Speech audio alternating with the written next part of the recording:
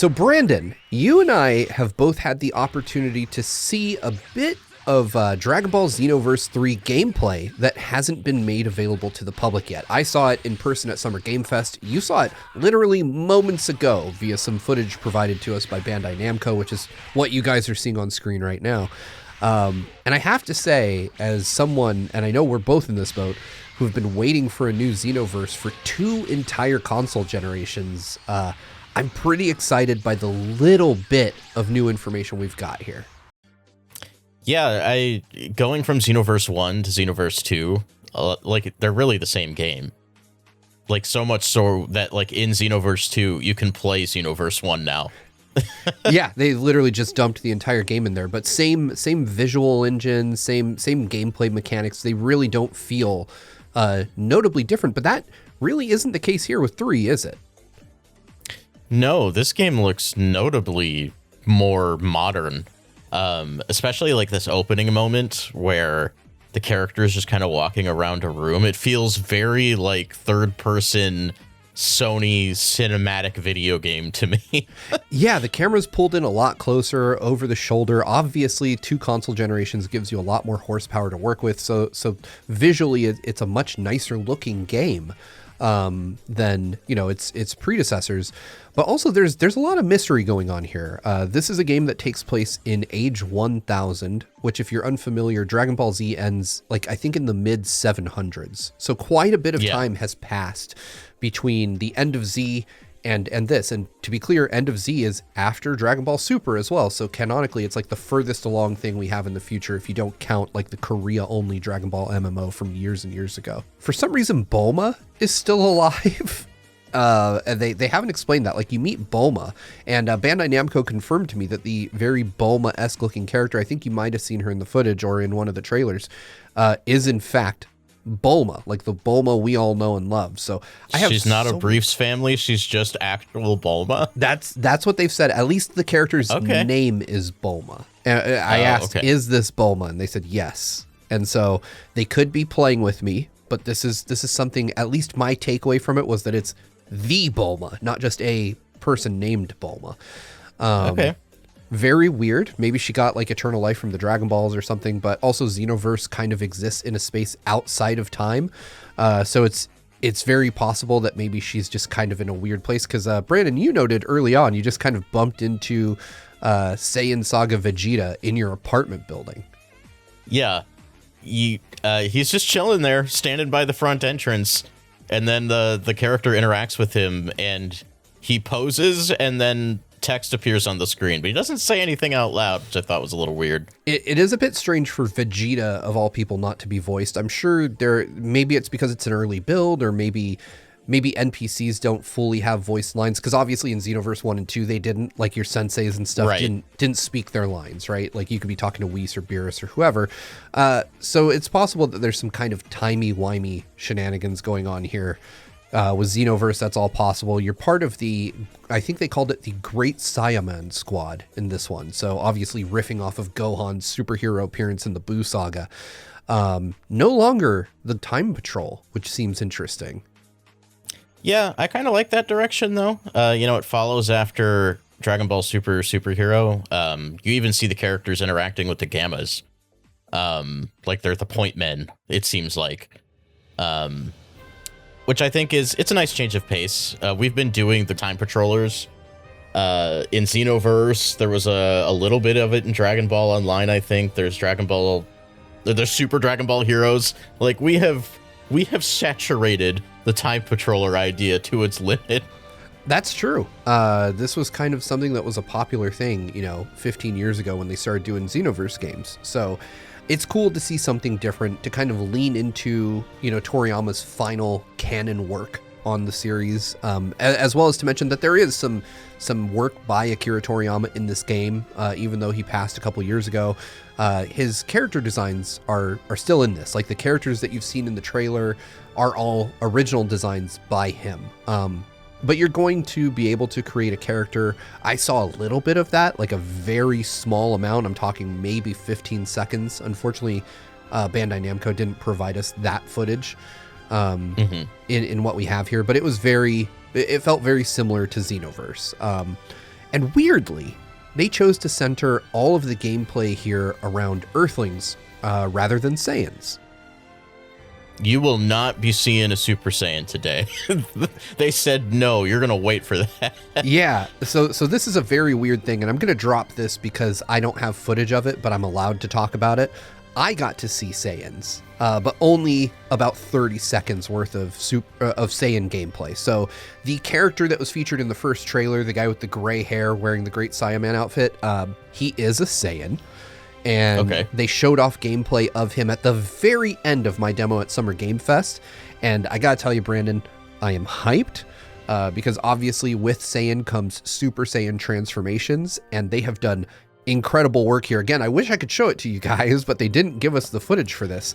But they did like the Super Saiyan transformation. They showed us that, and it was almost a straight rip of Goku transforming in the Android saga, where like he starts screaming and his eyes go blue before everything else changes, and then the aura envelops him and his hair goes up, and it actually spikes up in this game, which is a huge difference. Instead of just being the same shape but a different color. Yeah, they actually spike up the hair now. Thank God for that. And we actually got to see a Super Saiyan 3 transformation as well, where his hair started growing out longer and longer in short increments until, you know, like a big flash happened and he was suddenly Super Saiyan 3. But that's all they showed us. So very cool stuff. Obviously, they took some notes on the fact that none of us liked the Super Saiyan transformations in previous games. So kudos to Bandai Namco on that. But why don't you take us through a little bit of the Earthling gameplay? Because on that front, what you and I saw is exactly the same. So a couple things that are standing out to me. You're in a squad of 4 instead of a squad of 3. I like that because I think 4 is just a better number, a better group of people, rather than being limited to 3. I know they did like bigger raids in the Xenoverse games, but like the footage we're seeing here is just a standard mission. And even the arena, to me, it doesn't... I can't tell if it's an arena or a more explorable space. Do you have any input on that? Unfortunately, I don't. Like, exactly what you're seeing is what I saw. So, and they didn't take any questions. Like, they just kind of like showed us, and they're like, "That's good. Goodbye." And I emailed some questions and just unfortunately didn't get any answers. But it does kind of feel strange because with Xenoverse 1 and 2, I'm used to them being kind of more explorable open spaces like Namek where you can fly around at high speed, where this felt a bit more controlled and directed. Yeah, and I think I might prefer that personally. It just depends. Like, if mission variety is deep and the kinds of locations you can go to is vast, I think this is a more interesting direction to take that. I always felt weird about, like, doing a mission that had multiple stages, and then when you're finished a stage, you just go through a portal and then appear out at the next place. This feels like you're, at least to me, from the little we've seen, it feels like you're actively on some kind of journey. Small, maybe, but like you're going somewhere. And that does a lot for me. I agree. It feels more like you're in a mission that was built, to support like a multiplayer setting. And I think that that's important because Xenoverse, despite how much I loved it, a lot of that love was carried by my love for Dragon Ball and not necessarily by like love of the overall game design, right? Like just being a Saiyan in the Dragon Ball universe felt really cool. And that was enough. But these days, I feel like you do need a little bit more sauce, and this has something to it. It feels like there's meat on the bones here. Like the mission area that they had us exploring felt like it was an expansion of the area in Dragon Ball Super Broly where Goku, Vegeta, and Broly had their fight. Right. You're exploring like an icy Antarctic type area. Obviously, there's an enemy out there that you and your crew are supposed to go, tackle. And that to me felt really cool. I do wonder how I'm going to square the kind of more on-foot explorative nature of the mission structure with the super high-powered stakes of Dragon Ball, right? Because Goku and company don't usually explore through areas. They just kind of blast through them at light speed. But I think this works here because you're not supposed to be Goku level powerful at the start. The whole point is that, you're a very small fish in a big pond and you can't measure up to the greatest, heroes and villains in Dragon Ball history, at least not initially. That's true, but it does kind of bring up a comparison to the first two Xenoverses that I wanted to mention. Your attacks they feel like they have so much more weight here. In Xenoverse 1 and 2, I always felt, especially when I'm doing melee attacks, I always felt like I was just punching paper. But here, like, there's some hit stop, and it is selling me on the power of these characters way more than those first two games. Right. Those hits are actually impactful this time around. And of course, Dragon Ball is kind of known literally for heavy impact, right? Like Goku punching Nappa and him doubling over, shattering Raccoon into a million pieces. You know, it's interesting that you say that, because I also felt the same thing. Like when you're fighting enemies, or when you're indeed even being hit, it's like you're just calmly waiting for your chance to respond. Where in this one, it feels like you're actually knocking them around and doing some real damage to them. I really like what they've done here in terms of just kind of the perceived impact of these attacks. Even if you aren't, Super Saiyan 3 yet and just smashing things around, it still feels like you're a super powered person. There's even a moment here in where the character does a Kamehameha against like a huge group of enemies. You can even see the frame rate kind of take a dip when it happens. Correct me if I'm wrong, I don't recall Xenoverse having like hordes of enemies. Xenoverse typically did not do very large groups of enemies. You'd be fighting like 4 or 5 at the same time. Xenoverse 3 clearly is utilizing the additional horsepower of modern hardware to give you bigger battles, which makes sense because traditionally in Dragon Ball, in the era in which those two games came out, you also didn't see lots of horde battles then, but it's something that Toriyama kind of started introducing more and more, especially in the Dragon Ball Super era, like when Frieza comes back and he's just got a whole army with him, Yeah. Some of the gameplay here, I'm seeing some notes of Dragon Ball Z Kakarot. Just the amount of enemies on screen. There's like a stun mechanic where they have a meter that if you break down, they go into a key break state, and then you can do like an extra strong attack with like a bespoke animation. I really like Kakarot's combat system despite how simple it is, and I'm kind of seeing a lot of it here. Yeah, Kakarot is one of my favorite Dragon Ball games in recent memory. I also love the horde battles in that game. It is simplistic, but so is Xenoverse. The traditional Xenoverse games. We haven't gotten on the sticks on this one yet, but I just really like what I'm seeing here is like an evolution of the series, because I feel like Xenoverse 3 definitely needed some type of reinventive element for it, and I think we see that here. Yeah, this feels transformative to me. I don't look at this and feel like it's Xenoverse 2.5. This feels like a proper evolution, which I think is what a lot of people wanted going from 1 to 2. Yeah, and speaking of which, we haven't even touched on the biggest mechanic that we've seen so far in the game, which is, I think it's called soul conversion or soul something. I can't remember the name of it right now, but essentially it's a take on another Dragon Ball game, one that didn't do so hot, which is the Breakers, in which you can transform into an iconic character from the series. It's Soul Change, by the way. I had to look that up real quick.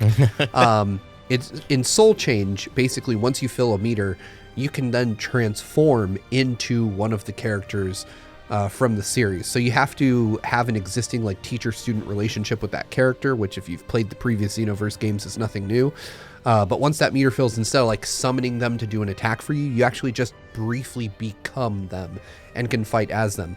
I'm not sure how I feel about this on its face. I think it's a pretty cool idea, especially if it limits you taking the Dragon Ball original characters on missions with you, because I've always felt that was kind of, antithetical to the idea of Xenoverse where you're your own character.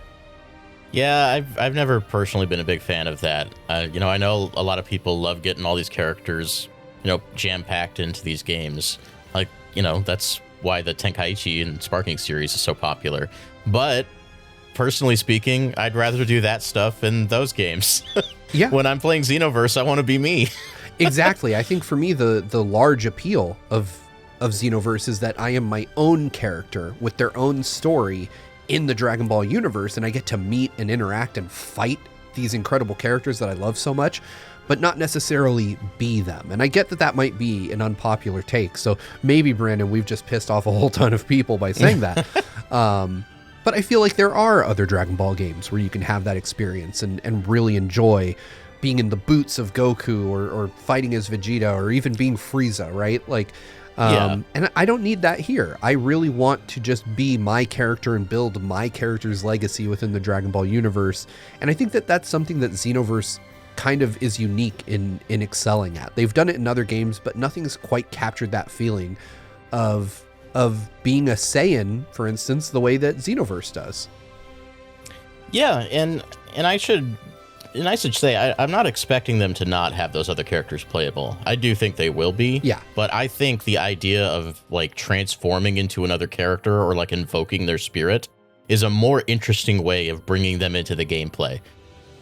Yeah, and one thing that I stepped away from my eyes-on time with the game, unclear about, is whether that is something that is exclusive to Earthlings or non-transforming races, because they kind of used some verbiage that made me believe, and again, I don't have confirmation on this, that maybe only Earthlings get to do this and Saiyans just have Super Saiyan. Like a Saiyan can't become a better Saiyan. That's an interesting thought because, one of the complaints with Xenoverse 1 and 2 especially, is like if you're playing as any race that isn't a Saiyan, you're just objectively having a worse time than everybody else. Right. And you have less going on, which sucks, but like, the Saiyans have so many transformations.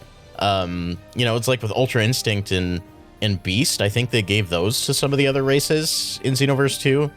But everyone wants to be a Super Saiyan. Yeah, everyone wants that moment. And so it does make sense for them to maybe build some systems that are bespoke for non-Saiyans. Because, yeah, as a Saiyan, I'm going to go for all the Super Saiyan transformations I can get. Ultra Instinct, hopefully Ultra Ego, if that makes its way in. We don't know if manga-only things will be included, since as of right now, we have no announcement of the animation of anything past the Moro arc. So it's a very interesting time. But I do suspect that all of those original characters will be playable, whether you want to play in versus mode or whether you just want to have them with you as party members. But personally, I've always just taken my creative character with me and tested their limits to see if I could beat these missions without help from Goku or anyone else. Yeah, I'm the same way. One thing I do hope is that they make, starting a new character like an easier process. Because if I'm remembering correctly, you have to play through the story again whenever you play a new character. Yes. And I don't necessarily want to do that. I just want to start a character and just keep doing what I was doing.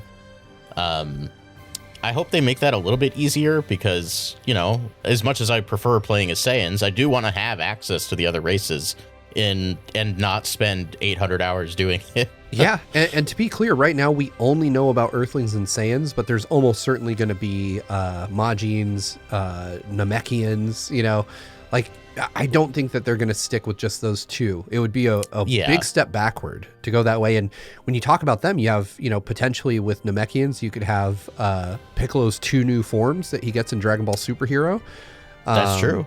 You could potentially do more with androids, like make your own version of the Gammas or something like that. So the Frieza race has multiple transformations now. Yep. Not that they didn't before, but like there's golden form, and then eventually we'll have, black form as well.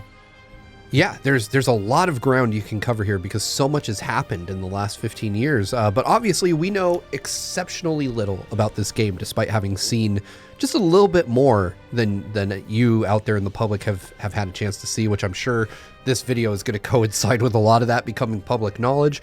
But Brandon, before we close out, what is the number one thing you hope to see from Xenoverse 3?